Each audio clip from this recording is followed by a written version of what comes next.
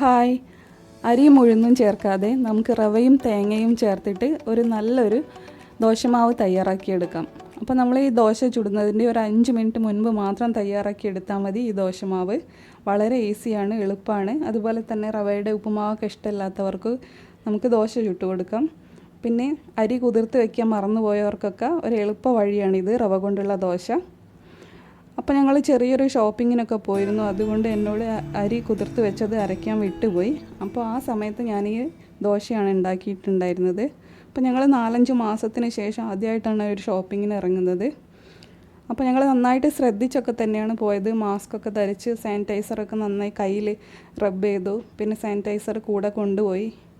അതുപോലെ തന്നെ മാളിലും നല്ല ചെക്കിങ്ങൊക്കെ ഉണ്ടായിരുന്നു. അവർ ടെമ്പറേച്ചറൊക്കെ ചെക്ക് ചെയ്തു.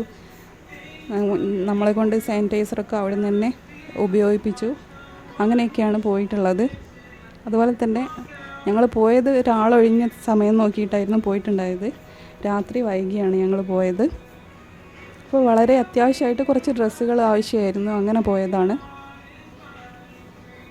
ഇപ്പോൾ പെൺകുട്ടികൾക്കൊക്കെ ഉള്ള ധാരാളം ഡ്രസ്സുകളുണ്ട്, ധാരാളം മോഡലുകളുണ്ട്. ഞങ്ങൾ 1, 2, 3 ടീഷർട്ടുകളൊക്കെ എടുത്തു.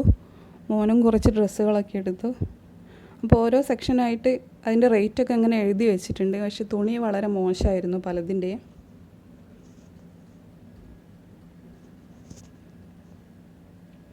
അപ്പോൾ നമ്മുടെ ദോശ തയ്യാറാക്കി എടുക്കാൻ വേണ്ടിയിട്ടുള്ള കാര്യങ്ങൾ എന്തൊക്കെയാണെന്ന് നോക്കാം. അപ്പോൾ ഇതുപോലെ നമ്മൾ എവിടെയെങ്കിലുമൊക്കെ പോയിട്ട് വരികയാണെങ്കിലൊക്കെ പെട്ടെന്ന് തന്നെ ദോശ തയ്യാറാക്കി എടുക്കാൻ പറ്റുന്ന ഒരു കാര്യം കൂടിയാണ് ഈ റവ കൊണ്ടുള്ള ദോശ. അപ്പോൾ അതിന് വേണ്ടിയിട്ട് ഞാൻ റവ എടുത്തിട്ടുണ്ട്, അരമുറി തേങ്ങ ചിരവി എടുത്തിട്ടുണ്ട്, 1/2 സ്പൂൺ ജീരകം എടുത്തു, 4-5 ചെറിയ ഉള്ളി എടുത്തിട്ടുണ്ട്, അല്പം ഗരം മസാല എടുത്തിട്ടുണ്ട്. അപ്പോൾ ഗരം മസാല നിങ്ങൾക്ക് ആവശ്യമില്ലെങ്കിൽ അത് ഒഴിവാക്കാം, ഓപ്ഷണലാണ്. അപ്പോൾ ഇനി ഇതെല്ലാം കൂടെ നമുക്ക് മിക്സിയുടെ ജാറിലിട്ടിട്ട് നന്നായിട്ടൊന്ന് അരച്ചെടുക്കണം.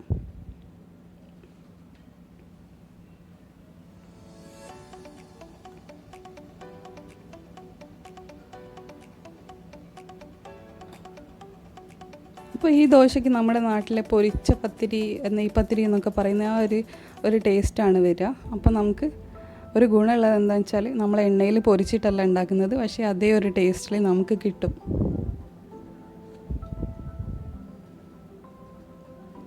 അപ്പോൾ ഞാനെടുത്ത റവയ്ക്കും തേങ്ങയ്ക്കും ഒരു പ്രത്യേക ഒരു അളവൊന്നുമില്ല. എൻ്റെ കയ്യിലുള്ള റവ മുഴുവനും ഞാൻ എടുത്തിട്ടുണ്ടായിരുന്നു, ഒരു പാക്ക്. അതുപോലെ തന്നെ ഒരു അരമുറി തേങ്ങയാണ് ചിരവി എടുത്തിട്ടുള്ളത്. തേങ്ങയുടെ അളവൊക്കെ നിങ്ങൾക്ക് കൂട്ടാം, അല്ലെങ്കിൽ ഇഷ്ടമില്ലെങ്കിൽ കുറയ്ക്കാം. ചുവന്നുള്ളി അത്രയും മതി, അധികം ചേർക്കരുത്, ഒരു കയ്പ്പ് രസം വരും. ഇനി നമുക്കിതിലേക്ക് വെള്ളം ഒഴിച്ചു കൊടുക്കണം. അധികം വെള്ളമൊന്നും വേണ്ട. നമ്മുടെ റവേൻ്റെയൊക്കെ ആ ലെവലും വെള്ളത്തിൻ്റെ ലെവലും സെയിം ആയിരിക്കണം, മുകളിൽ വരാൻ പാടില്ല. അപ്പോൾ വെള്ളം ഒഴിച്ച് താഴേക്ക് ഇറങ്ങുന്നില്ലെങ്കിൽ നിങ്ങൾക്കൊരു സ്പൂണിട്ട് ജസ്റ്റ് ഒന്ന് ഇളക്കി കൊടുക്കാം.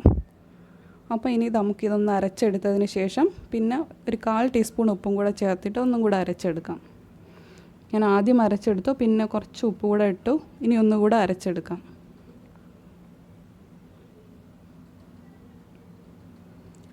അപ്പോൾ നമ്മൾ അരച്ചെടുത്തിട്ടുണ്ട്. ഇതാണ് ഇതിൻ്റെ ഒരു കൺസിസ്റ്റൻസി.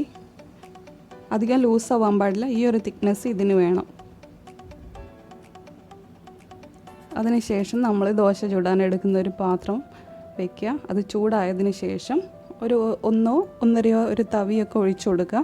അതിനുശേഷം നൈസായിട്ടൊന്നും പരത്തണ്ട, ഒന്ന് ജസ്റ്റ് ഒന്ന് പരത്തി കൊടുത്താൽ മതി, അല്ലെങ്കിൽ നമ്മളൊന്ന് ജസ്റ്റ് പ്രസ് ചെയ്ത് കൊടുത്താൽ മതി. ഞാനിതൊന്ന് അടച്ചു വയ്ക്കുന്നുണ്ട്. അപ്പോൾ ഇനി നമുക്കിതൊന്ന് മറിച്ചിട്ട് കൊടുക്കാം.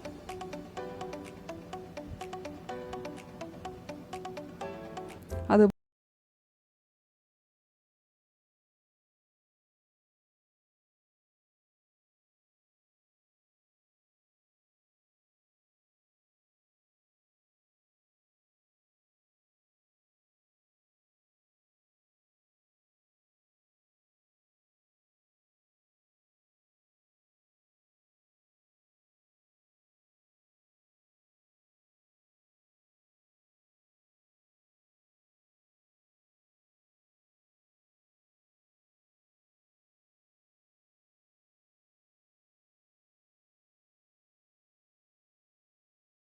ചുട്ടെടുത്തിട്ടുണ്ട്.